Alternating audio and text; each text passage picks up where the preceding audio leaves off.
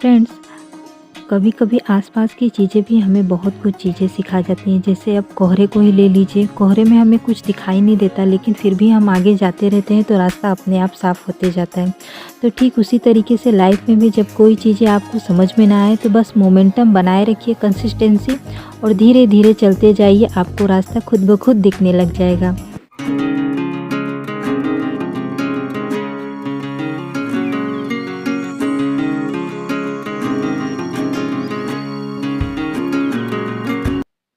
Hi friends, welcome back to my channel. और कैसे हैं आप सब लोग? आशा करती हूँ आप सब लोग बहुत अच्छे होंगे। फ्रेंड्स, तो आज ब्लॉग शुरू करने से पहले तो इस समय चारों तरफ जिसकी धूम मची हुई है जय श्री राम के नाम की, तो उसके साथ मतलब मैंने ब्लॉग की स्टार्टिंग की है। तो आप लोग देख सकते हैं उसका मतलब जो मंदिर है उस मंदिर को बनाया गया है, मतलब इसने ड्राइंग में बनाया है मेरे छोटे वाले बेटे ने। और देख सकते हैं इतने बारीकी से उसने बनाया है, मतलब हर एक एक चीज़ को एकदम पॉइंट आउट करके उसने बनाया है। उसे अच्छा लगा, उसे मतलब इसमें ड्राइंग का बहुत मन होता है, तो उसे जो भी समझ में आता है तो वो बनाता है। तो इसने फ़िलहाल यही बनाया। तो मैंने कहा मैं भी आप लोगों के साथ कि आप लोगों के साथ शेयर करूँ ये ड्राइंग। तो आप लोग कमेंट सेक्शन में ज़रूर बताइएगा फ्रेंड्स कि आप लोगों को ये मतलब ड्राइंग कैसी लगी। और फ़िलहाल तो सबसे बड़ी मतलब खुशी का दिन भी है, आ रहा है अब जस्ट 1-2 दिन बाद, मतलब 500 सालों की तपस्या का मतलब इंतज़ार का फल मिलने वाला है। तो चलिए, और अब मैं यहाँ पर मतलब एक सबसे पहले रेसिपी अपने ब्लॉग में आप लोगों के साथ शेयर करने वाली हूँ। तो आज मैं बना रही हूँ छोले भटूरे की रेसिपी। तो इसके लिए मैंने इसमें मतलब शुगर लिया है, 1 टीस्पून नमक लिया है, फिर उसके बाद उसमें बेकिंग सोडा, और फिर तेल लिया है, रिफ़ाइन ऑयल, और फिर इन सभी को मिक्स करके मतलब सब, और सूजी भी लिया था।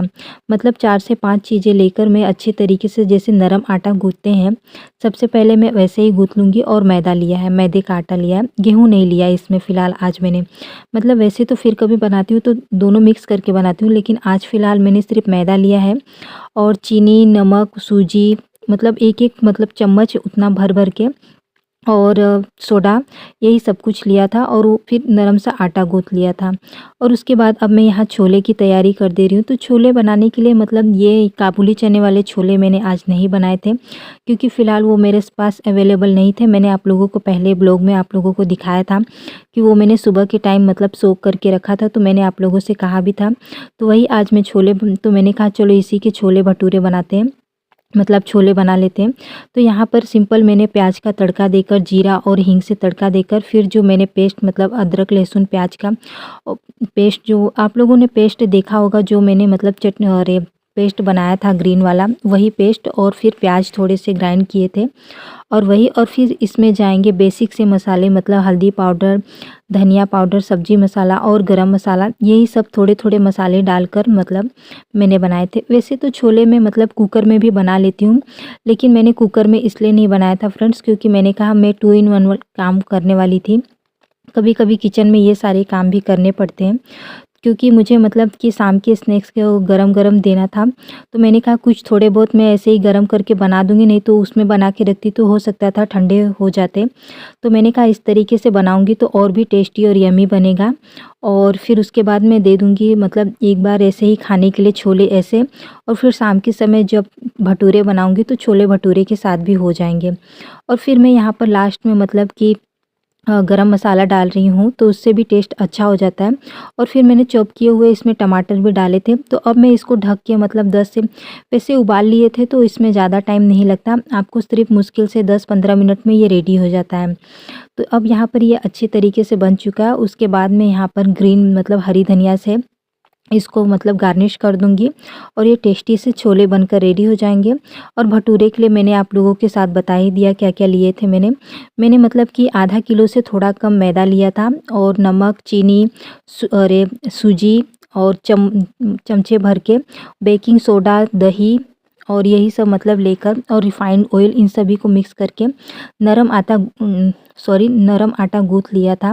और उसको मैंने 2 से 3 घंटे के लिए रेस्ट होने के लिए रख दिया था। जब भी आप आटा गूँथें मैदे का, तो कोशिश कीजिए कि मतलब कि उसे 2 से 3 घंटे रेस्ट होने के लिए ज़रूर रख दें, उससे सेट हो जाता है आटा। और उसके बाद फिर थोड़े से मतलब कि मैंने फिर दोबारा गूँथा और उसके बाद अब मैं यहाँ भटूरे की तैयारी कर ले रही हूँ।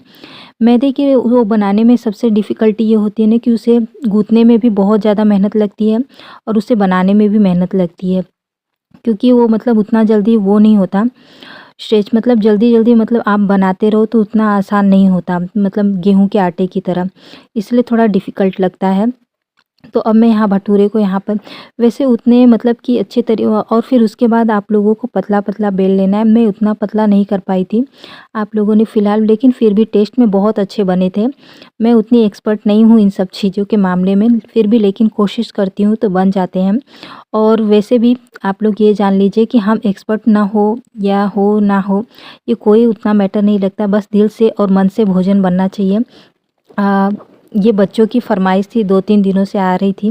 तो देख सकते हैं ये भटूरा मतलब बच्चे ने ऊपर से मतलब फोड़ के वही दिखा रहा था कि गरम है।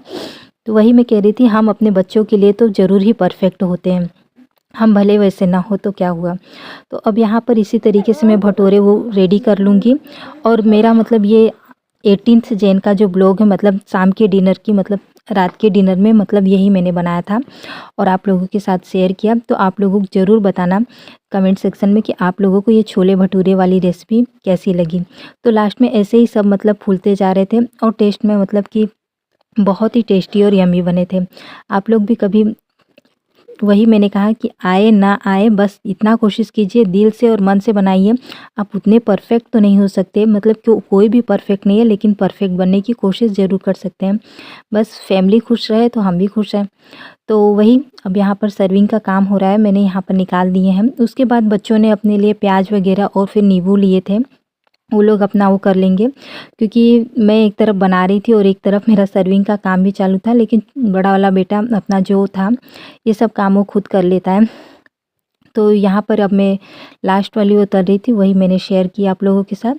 तो अब ये यहाँ पर 19th जैन मतलब कि सुबह के मॉर्निंग की टाइम की, तो ये 8 बजे के अराउंड मतलब मैं बाबूजी के लिए जो काढ़ा बनाती हूँ फ्रेंड्स, तो उसके लिए मैं अदरक ग्रेट करके उसमें मतलब अदरक और थोड़ा सा दूध मतलब होके जाता है। पहले तो चीनी भी इसमें जाता था, लेकिन अब शुगर नहीं जाता, बिना शुगर के जाता है। और फ़िलहाल इस समय देख सकते हैं फ्रेंड्स कि मैं इंडक्शन पर सुबह के टाइम से मतलब 3-4 बार मतलब ऐसे टोप में पानी गर्म करके वही यूज करके मैं कपड़े वगैरह, लॉन्ड्री के काम, बर्तन वगैरह सब जितने भी काम होते हैं वही करती हूँ। और रात के समय छोले थोड़े से मतलब छोले और भटूरे बच गए थे 3-4, तो मैंने कहा मैं रख देती हूँ, सुबह बच्चों को ब्रेकफास्ट में भी वही दे दूँगी। विंटर से तो उतनी जल्दी कुछ भी नहीं ख़राब होता, गर्मी रहती तो फ्रिज में रखना पड़ता, लेकिन ऐसे भी आप अगर वो रहे तो ख़राब नहीं होते। तो अब मैं यहाँ पर सबसे पहले किचन क्लीन कर दूँगी। तो इस तरीके से मैंने आप लोगों के साथ आज मैं यही बता रही थी कि थोड़ा लेट होने पर भी मैं अपने कामों को जल्द से जल्द अच्छे तरीके से निपटा लेती हूँ। मतलब ऐसा कुछ नहीं है, मतलब क्योंकि स्कूल की छुट्टी है तो इतना रश नहीं है, तो आराम से उठते हैं। तो मतलब ये यूजुअल टाइम मतलब 7 के अराउंड भी उठ जाते हैं, तो फिर भी काम आराम से हो जाते हैं।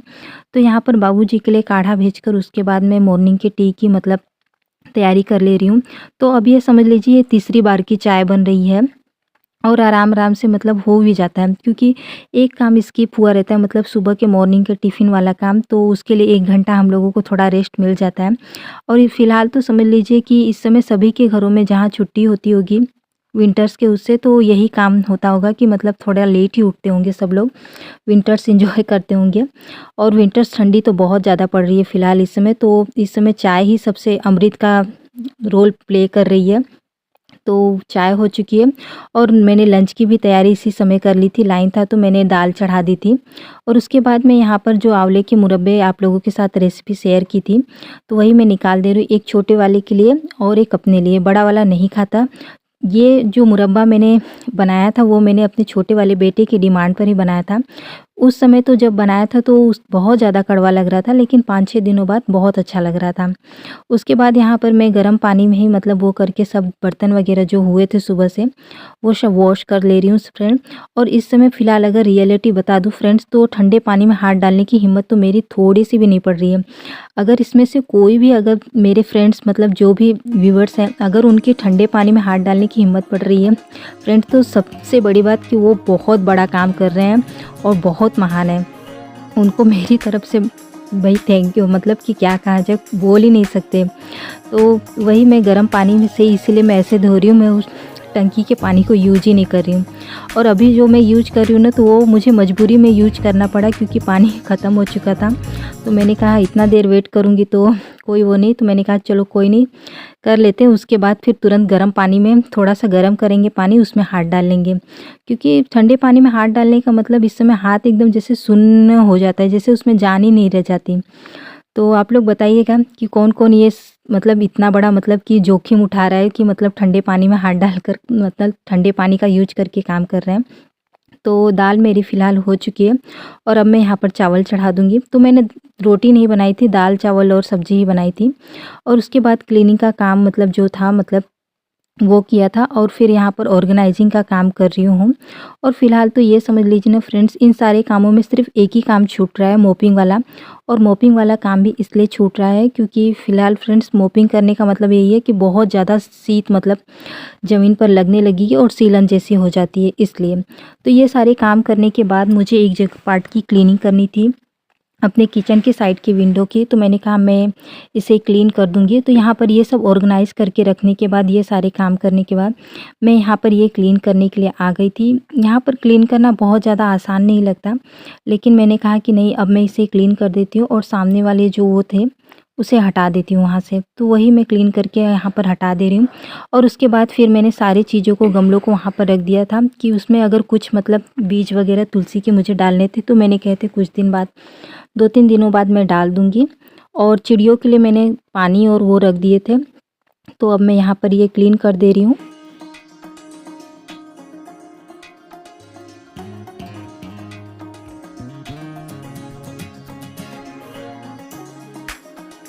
तो फ्रेंड्स, मुझे एक और रेसिपी आप लोगों के साथ शेयर करनी थी, लेकिन वो अगर मैं शेयर करती तो वीडियो की लेंथ ज़्यादा बड़ी हो जाती। तो कोई नहीं, चलिए नेक्स्ट ब्लॉग में करेंगे। तो मिलते हैं नए से वीडियो और ब्लॉग के साथ, तब तक के लिए bye, have a nice day.